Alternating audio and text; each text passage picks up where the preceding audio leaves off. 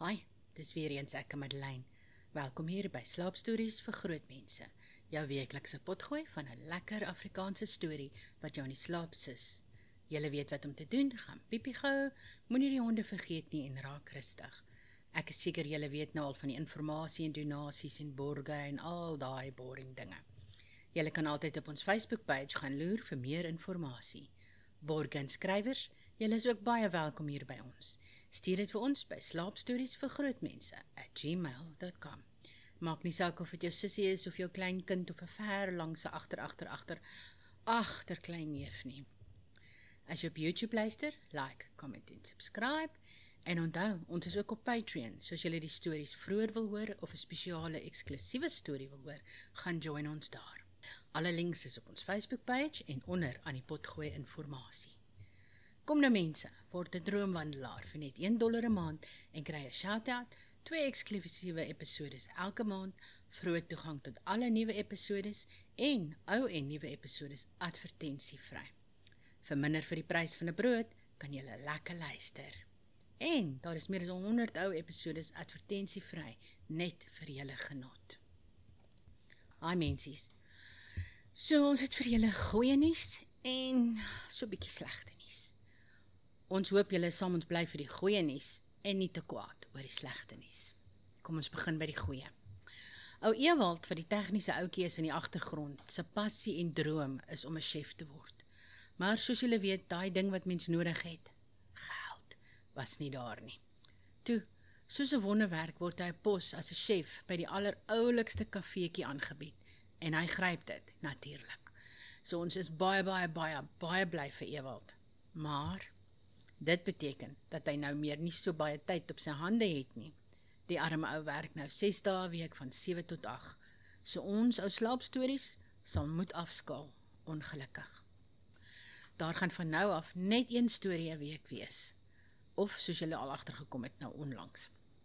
Ons het gedink om dit op Sondag te doen, om julle so 'n lekker storie te gee voor die aaklige maandag en werksweek weer begin. Ons is jammer mensies. Laat weet ons of julle dit eerder op 'n ander dag sal wil hê, hoor. Maar, julle, so verlang as wat ons kan, sal ons aangaan, want ons like dit om vir julle te lees. En ons hoop, julle like dit om nog te luister. Lekker luister! Vanaand lees ons Chops die dwerg, deur Charles Dickens. Op 'n stadium van sy teenspoed het die huis te huur in die hande van 'n kunstenaar beland. Hy is as bewoner in die dorp se boeke geregistreer toe hy die huis gehuur het, en daar was dus geen behoefte aan enige leidraad na sy naam nie.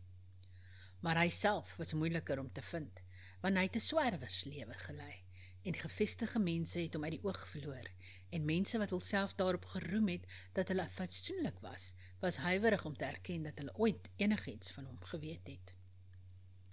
Uiteindelik, tussen die moeraslande naby die riviervlak, wat rondom Deptford en die naburige marktuine lê, is 'n gryserige persoon in fluweelstof, met 'n gesig so deurkerf deur verskeie weertoestande, dat hy gelyk het asof hy getatoeëer was, gevind, waar hy 'n pyp rook by die deur van 'n houthuis op wiele.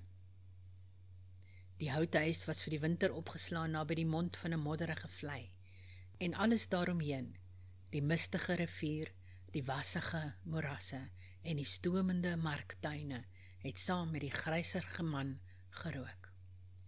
Te midde van die rokende geselskap was die skoorsteenpyp van die houthuis op wiele nie terughoudend nie, maar het sy pyp saam met die res op 'n gesellige manier gerook. Toe hy gevra is of dit hy was wat eens die huis te gehuur het gryserige fluweelstof verras gelyk en ja gesê. Toe was sy naam Magsman. Dit was dit, Toby Magsman, wat wettig gedoop was as Robert, maar in die bedryf van kleins af Toby genoem is. Daar was niks teen Toby Magsman nie, het hy geglo. As daar suspisie van so iets was, noem dit. Daar was geen suspisie van sulke dinge nie, kon hy gerus wees. Maar daar word sekere navraag gedoen oor daardie huis, en sou hy omgee om te sê hoekom hy dit verlaat het. Glad nie. Hoekom sou hy? Hy het dit verlaat as gevolg van 'n dwerg. as gevolg van 'n dwerg?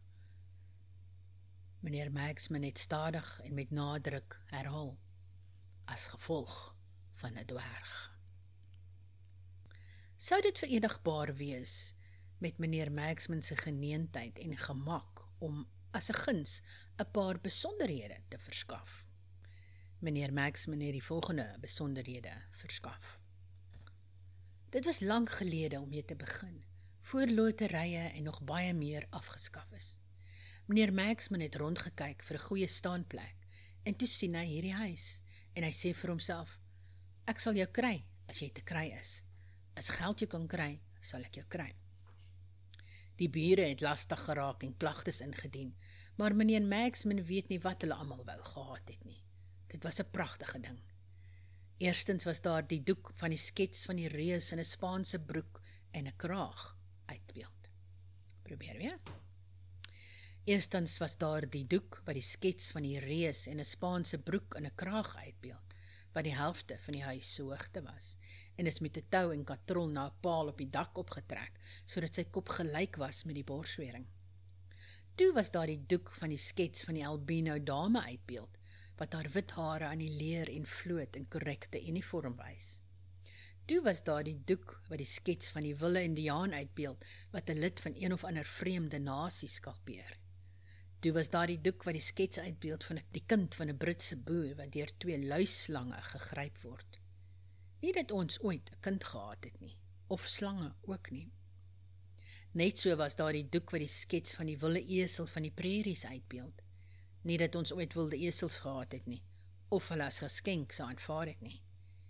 En laastens was daar die doek wat die skets van die dwerg uitbeeld. En lyk ook soos hy, as mens dit in ag neem, met George die 4de in so 'n staat van verbasing oor hom, dat die koning dit nie met sy uiterste beleefdheid en vasberadenheid kon uitdruk nie. Die voorkant van die huis was so bedek met doeke, dat daar nooit 'n sprankie daglig aan daardie kant sigbaar was nie. Magsman se vermaaklikhede, 15 voet lank by 2 voet hoog, het oor die voordeur en sitkamervensters geloop. Die gang was 'n prieel van groen verweel en tuingoed. 'n Draaiorgel het daar onophoudelik gespeel, en wat fatsoenlikheid betref, as 3 pennies nie fatsoenlik is nie, wat is? Maar die dwerg is tans die hoofartikel, en hy was geld werd. Hy is opgeskryf as Majoor Pistowski, van die keiserlike Bulgaderiese brigade. Niemand kan die naam uitspreek nie. Maar dit was nooit bedoel dat enigiemand dit moes kon doen nie. Die publiek het dit altyd as 'n reël na Chopski verander. In die bedryf is hy Chops genoem, deels om daardie rede en deels omdat sy regte naam, as hy ooit 'n regte naam gehad het, wat baie twyfelagtig was, Styx was. Hy was 'n buitengewone klein man. Hy was, regtig. Beslis nie so klein soos wat hy voorgehou is nie, maar waar's jou dwerg wat is? Hy was 'n uiters buitengewone klein man met 'n uiters buitengewone groot kop. En wat hy binne in daardie kop gehad het, het niemand ooit geweet behalwe hy self nie. Selfs al veronderstel mens dat hy homself ooit voorraad daarvan opgeneem het nie, wat 'n moeilike taak vir hom sou gewees het om te doen. Die vriendelikste klein man wat nooit gegroei het nie, lewenslustig, maar nie hoogmoedig nie. Toe hy met die gevlekte baba gereis het, alhoewel hy geweet het hy's 'n natuurlike dwerg, en geweet het die baba se kolle kunsmatig op hom gesit is, het hy daardie baba soos 'n moeder versorg. Jy het hom nooit 'n slegte woord oor 'n reus hoor sê nie. Hy het homself wel toegelaat om krastaal te gebruik oor die vet dame van Norfolk, maar dit was 'n saak van die hart. En wanneer 'n man se hart deur 'n dame vertrap is en die voorkeur aan 'n Indiër gegee is hy nie baas van sy dade nie. Hy was natuurlik altyd verlief, wat elke menslike natuurlike verskynsel is, en hy was altyd verlief op 'n groot vrou. Ek het nog nooit 'n dwerg geken wat lief kon raak op 'n klein vrou nie, wat help om hulle die snaaksheid te behou wat hulle is. Een snaakse idee wat hy in daardie kop van hom gehad het, was iets moet beteken het, anders sou dit nie daar gewees het nie. Dit was altyd sy mening, dat hy geregtig was op eiendom. Hy het nooit sy naam op enigiets gesit nie.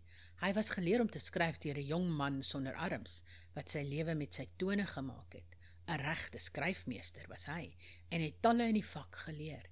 Maar Chops sou eerder van honger doodgaan, voor hy 'n stukkie brood sou verdien deur sy hand op papier te sit. Dit is des te meer merkwaardig om in gedagte te hou, omdat hy geen eiendom gehad het nie, behalwe sy huis en 'n piering. Wanneer ek sy huis sê, bedoel ek die kas, buite geverf en oopgemaak soos 'n regte 6-vertrekker, waarin hy sou inkruip met 'n diamantring, of iets wat net so goed lyk, aan sy voorvinger, en 'n klein klokkie lui uit wat die publiek glo uit die voorkamer se venster was. En wanneer ek 'n piering sê, bedoel ek 'n Chinese piering, waarin hy aan die einde van elke vertoning vir homself 'n versameling gemaak het. Sy teken daarvoor het hy by my gekry. Dames en here, die klein mannetjie sal nou 3 keer om die karavaan loop en agter die gordyn verdwyn. Wanneer hy iets belangriks in sy privaat lewe gesê het, het hy dit meestal afgesluit met hierdie woorde, en dit was gewoonlik die laaste ding wat hy vir my gesê het voordat hy bed toe is. Hy het wat ek beskou as 'n fyn verstand gehad, 'n poëtiese verstand. Sy idee oor sy eiendom het nooit so sterk by hom opgekom as wanneer hy op 'n draaiorgel gesit het en die handvatsel gedraai is nie. Nadat die vibrasie 'n rukkie deur hom geloop het, sou hy uitskree, "Toby, ek voel my eiendom kom, draai verder. Ek tel my guineas by die duisende, Toby, draai verder. Toby, ek gaan 'n man van fortuin wees. Ek voel die munthuis in my rinkel, Toby, en ek swel uit tot die bank van Engeland." Sulks is die invloed van musiek op die poëtiese gemoed. Nie dat hy van enige ander musiek as 'n draaiorgel gehou het nie. Inteendeel, hy het dit gehad. Hy het 'n soort ewigdurende wrok teen die publiek gehad, iets wat jy kon opmerk by baie verskynsels wat hulle bestaan daaruit maak. Wat hom die meeste ontstel het, is die aard van sy beroep, was dit hom uit die samelewing gehou het. Hy het gedurig gesê, "Toby, my ambisie is om in die samelewing in te gaan. Die vloek van my posisie teenoor die publiek is dat dit my uit die samelewing hou. Dit maak nie saak vir 'n mens soos 'n Indiaan nie. Hy is nie gemaak vir die samelewing nie. Dit maak nie saak vir 'n gevlekte baba nie. Hy is nie gemaak vir die samelewing nie. Ek is." Niemand kon ooit uitwerk wat Chops met sy geld gedoen het nie. Hy het 'n goeie salaris gehad. Elke Saterdag, soos die dag aankom, het die trom uitbetaal, buiten dat hy kon eet soveel hy wou. Hy was sleg om te eet, maar alle dwerge is. Die piering was 'n klein inkomste, wat hom soveel halfpennies gebring het, dat hy dit vir 'n week aan een in 'n sakdoek vasgebind gedra het. Tog het hy nooit geld gehad nie. En dit kon nie die vet dame van Norfolk gewees het nie, soos eens vermoed is, want dit staan tot rede dat wanneer jy 'n vyandskap teen 'n Indiaan het, wat jou tande in sy gesig laat kners, en wat jou skaars daarvan weerhou om hom hoorbaar te sis wanneer hy sy oorlogsdans uitvoer. Dit staan tot rede dat jy jouself nie onder daardie omstandighede sal ontneem om daardie Indiaan in die skoot van weelde te onderhou nie. Heel onverwags het die geheim eendag by die Egham-resies uitgekom. Die publiek was huiwerig om ingetrek te word, en Chops het sy klein klokkie uit die voorkamervenster gelei, en het na my oor sy skouer gelag, terwyl hy gekneel het met sy bene by die agterdeur uit. Want hy kon nie in sy huis ingedruk word, sonder om te kniel nie, en die perseel kon nie sy bene akkommodeer nie, en gesê, "Hier's 'n kosbare publiek vir jou, hoekom die duiwel val hulle nie in nie?" Toe 'n man in die skare 'n posduif ophou en uitroep, "As daar enige iemand hier is wat 'n kaartjie het, die lotery is nou net getrek, en die nommer wat opgekom het vir die groot prys is 3742. 3742. Ek was selfs besig om die man aan die duiwel oor te gee, omdat hy die publiek se aandag getrek het, want die publiek sal enige tyd wegdraai, om na enigiets te kyk eerder as na wat vir hulle gewys word. En as jy twyfel, kry hulle by mekaar vir enige individuele doel op die aarde se gesig, en stuur net 2 mense laat in, en kyk of die hele geselskap nie baie meer geïnteresseerd is, om spesifiek aandag aan daardie 2 te gee, as aan jou nie. Ek sê, ek was nie baie tevrede met die man wat uitgeroep het nie, het hom nie in my gedagtes gesien nie, toe ek sien hoe Chops se klein klokkie by die venster uitvlieg na 'n ou dame toe, en hy staan op en skop sy kas om, wat die hele geheim ontbloot, en hy gryp aan my kuite vas en sê vir my, "Dra my in die wa in, Toby, en gooi 'n emmer water oor my, of ek's 'n dooie man, want ek het in my eiendom gekom." 12.000 en 'n paar £100 was Chops se winste. Hy het 'n halfkaartjie vir die £25.000 prys gekoop en dit het opgekom. Die eerste gebruik wat hy van sy eiendom gemaak het, is om aan te bied om teen die wilde Indiaan te veg vir £500 'n kant. Hy met 'n vergiftige stopnaad en die Indiaan met 'n knippel. Maar aangesien die Indiaan nie ondersteuners vir daardie bedrag kon kry nie, het dit nêrens heen gegaan nie. Nadat hy vir 'n week mal was, kortom in 'n gemoedstoestand waar, as ek hom net vir 2 minute op die orgel sou laat sit, ek glo hy sou bars, maar ons het die orgel van hom af weggehou, het meneer Chops reggekom en vrygewig en pragtig teenoor almal opgetree. Hy het toe 'n jong man laat roep wat hy geken het, wat baie deftige voorkoms gehad het en 'n dobbelaar by 'n dobbelhokkie was, uiters respektabel grootgemaak. Sy pa was prominent in die perdestalle bedryf, maar ongelukkig in 'n sakekrisis as gevolg van die verf van 'n ou grys gemmervos en hom verkoop met 'n stamboom. En meneer Chops het dit vir Bonnet gesê, wie se naam glo Normandy was, wat dit nie was nie. Normandy, ek gaan die hoë samelewing in, wil jy saam met my gaan? Normandy sê, verstaan ek hier reg meneer Chops, dat die hele uitgawe van daardie skuif deur u self gedra sal word? Korrek, sê meneer Chops, en jy sal ook 'n vorslike toelaag kry. Die dobbelaar het meneer Chops op 'n stoel gelig om hande te skud en het in poesie geantwoord, sy oë onskynlik vol trane. My boot is op die strand en ek vra nie meer nie, maar ek sal saam met jou gaan. Hulle het die hoë samelewing ingegaan, in 'n koets met 4 skimmels met sybaadjies. Hulle het Lucies en Paul Mall London betrek en hulle het dit groot gegooi. As gevolg van 'n nota wat die volgende herfst na die Bartlemy kermis gebring is deur 'n bediende, wonderbaarlik uitgevat in melkwit koordbroek en reisstewels, het ek myself skoongemaak en een aangewese aand na Paul Mall gegaan. Die here was besig met hulle wyn na ete, en meneer Chops se oë was meer vasgenaal in daardie kop van hom as wat ek gedink het goed was vir hom.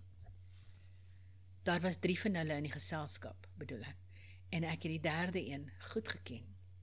Toe ek hom laas gesien het, het hy 'n wit Romeinse hemp aangehad en 'n biskopse hoed bedek met luiperdvel en het die klarinet heeltemal verkeerd gespeel in 'n orkes by 'n wilde dier vertoning. Hierdie heer het gemaak of hy my nie ken nie en meneer Chops het gesê, meneere, dit is 'n ou vriend van vroeër dae. En Normandy het deur 'n oogglas na my gekyk en gesê, Magsman, bly om jou te sien, wat ek sal sweer hy nie was nie. Meneer Chops, om hom gerieflik by die tafel te kry, het sy stoel op 'n troon gehad, baie soos die van George IV in die skildery, maar hy het my in geen ander opsig soos 'n koning daar gelyk nie. Meneer Chops, om hom gerieflik by die tafel te kry, het sy stoel op 'n troon gehad, baie soos die van George IV in die skildery, maar hy het vir my in geen ander opsig soos 'n koning daar gelyk nie, want sy 2 here het bevele uitgedeel soos keisers. Hulle was almal uitgevat soos Meidag, pragtig, en wat wyn betref, het hulle in alle soorte geswem. Ek het die ronde van die bottels gemaak, eers afsonderlik om te sê ek het dit gedoen, en toe 2 van hulle as half en half probeer, toe die ander 2. Alles in ag genome het ek 'n aangename aand deurgebring, maar met 'n neiging om die mekaar te voel, totdat ek dit as goeie maniere beskou het om op te staan en te sê, meneer Chops, die beste van vriende moet skei. Ek bedank u vir die verskeidenheid vreemde dranke wat u so lojaal verskaf het. Ek klink op u met rooiwyn en ek neem my verlof. Meneer Chops het geantwoord, as jy my net oor jou regterarm wil tel, Magsman, en my ondertoe wil dra, sal ek jou uitsien. Ek het gesê ek kon nie so iets oorweeg nie, maar hy wou dit hê, so ek het hom van sy troon af opgetel. Hy het sterk na my agtery geryk, en ek kon nie help om te dink, terwyl ek hom afgedra het nie, dat dit was soos om 'n groot bottel vol wyn te dra, met 'n lelike prop, wat heeltemal buite verhouding was. Toe ek hom op die deurmat in die gang neergesit het, het hy my styf by hom gehou, deur aan my jaskraag vas te hou, en hy fluister. Ek is nie gelukkig nie, Magsman. Wat is op jou hart, meneer Chops? Hulle behandel my nie goed nie. Hulle is nie elegant met my nie. Hulle sit my op die skoorsteenrak wanneer ek nie meer champagne wil hê nie, en hulle sluit my in die yskas toe wanneer ek nie my eiendom wil prysgee nie. Raak van hulle ontslae, meneer Chops. Ek kan nie. Ons is saam in die samelewing. En wat sou die samelewing sê? Kom uit die samelewing, sê ek. Ek kan nie. Jy weet nie waarvan jy praat nie. Sodra jy eers in die samelewing ingegaan het, moet jy nie daaruit kom nie. Dan, as ek die vrymoedigheid mag hê, meneer Chops, was my opmerking, terwyl ek my kop ernstig geskit het.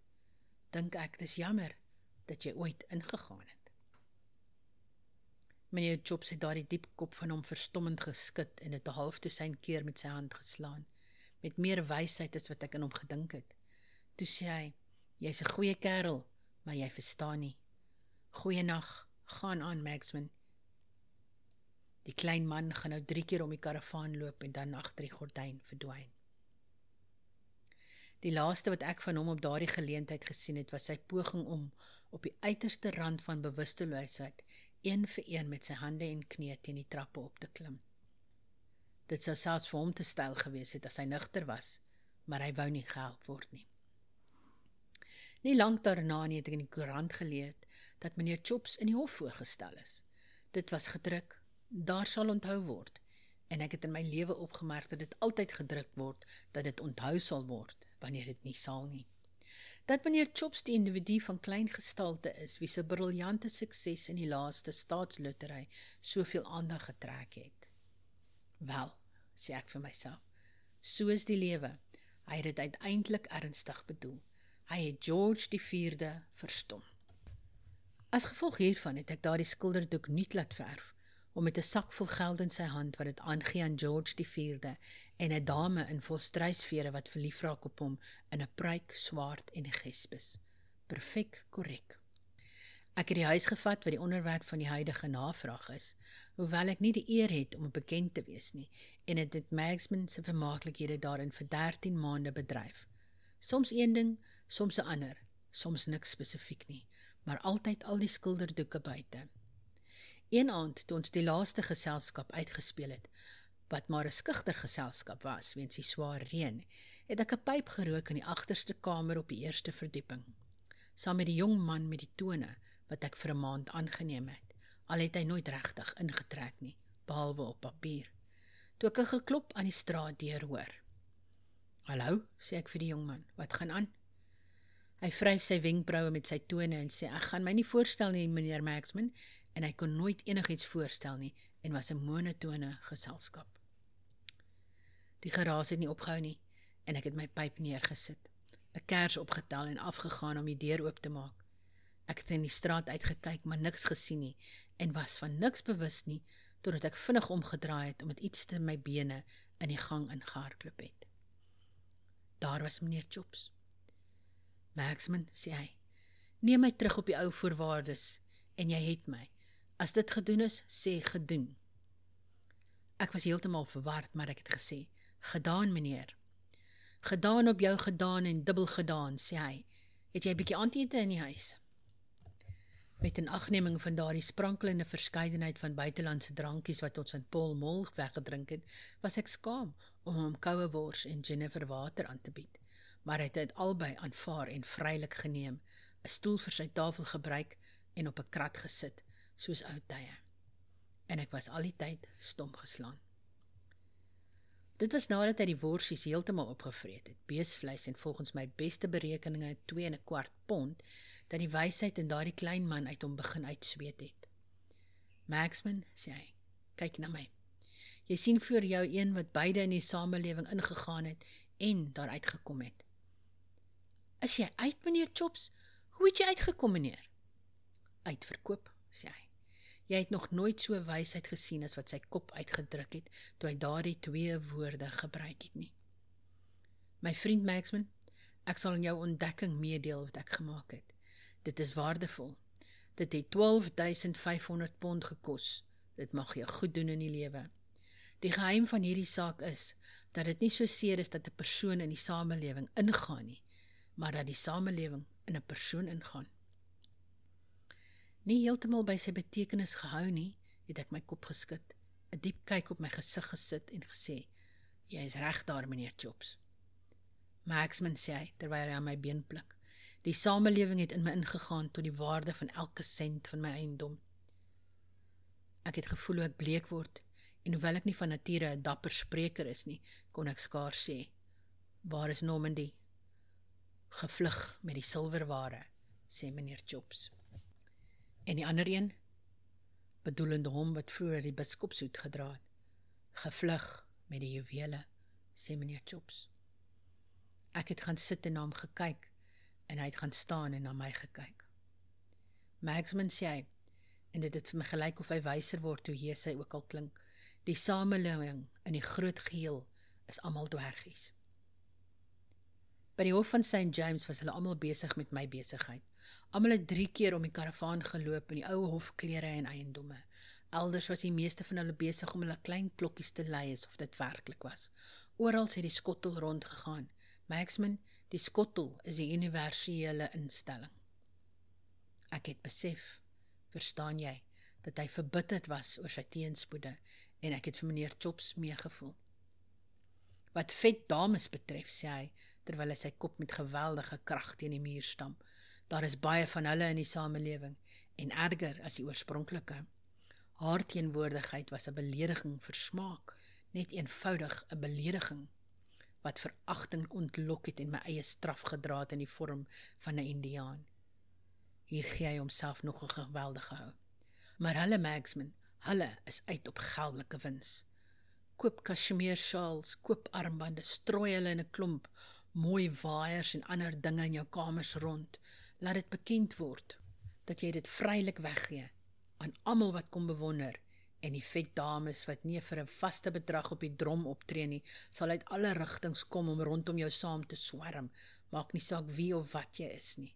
Hulle sal gate in jou hart boor, Magsman, soos 'n sif, en wanneer jy niks meer het om te gee nie, sal hulle vir jou in jou gesig lag en jou laat agterbly om jou bene skoon afgepluk te word deur aasvoëls, soos die dooie wilde esel van die vlakte, wat jy verdien om te wees.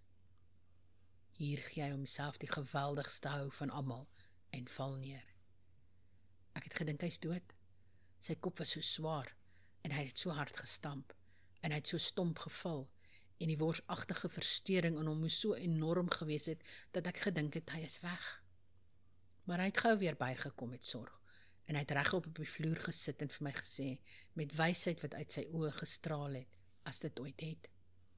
Magsman, die mees belangrike verskil tussen die 2 toestande van bestaan waardeur jou ongelukkige vriend gegaan het. Hy steek sy arme klein hand uit, en die trane het op die snor geval wat 'n eer vir hom was om sy bes te probeer om te laat groei het, maar dit het nie vir stervelinge beskore om sukses te beveel nie. Die verskil is hierdie. Toe ek buite die samelewing was, is ek lig betaal om gesien te word. Toe ek in die samelewing ingegaan het, het ek swaar betaal om gesien te word. Ek verkies die eerste, selfs al was ek nie gedwing daartoe nie.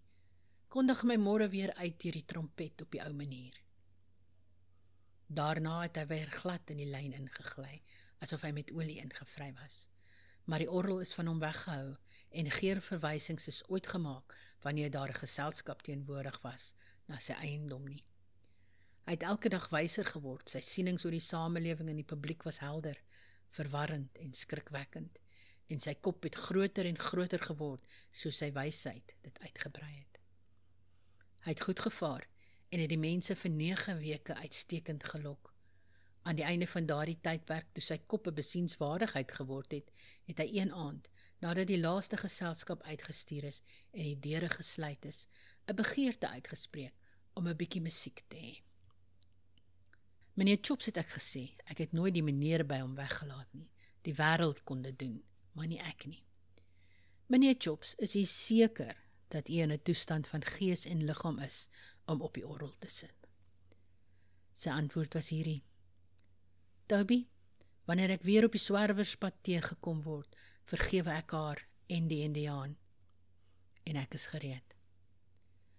Dit was met vrees en bewing dat begin het om die handvatsel te draai, maar hy het soos 'n lam gesit. Dit sal my oortuiging wees tot my laaste dag, dat ek sy kop gesien het uitsit, terwyl hy gesit het. Jy kan dus oordeel hoe groot sy gedagtes was. Hy het deur al die wisselings gesit, en toe het hy afgeklim. Toby, sê hy met 'n stil glimlag, die klein man gaan 3 keer om die karavaan loop, en dan agter die gordyn verdwyn. Toe ons hom die volgende oggend roep, het ons gevind dat hy in 'n baie beter samelewing as myne of Paul Molson gegaan het. Ek het vir meneer Chop so gemaklike begrafnis as moontlik gereël, self as hoofgevolg, en die George die 4de skilderdoek eerste gedra in die vorm van 'n banier. Maar die huis was daarna so troosteloos, dat ek het opgegee het en weer na die swerwerslewe teruggekeer het. Lekker slaap.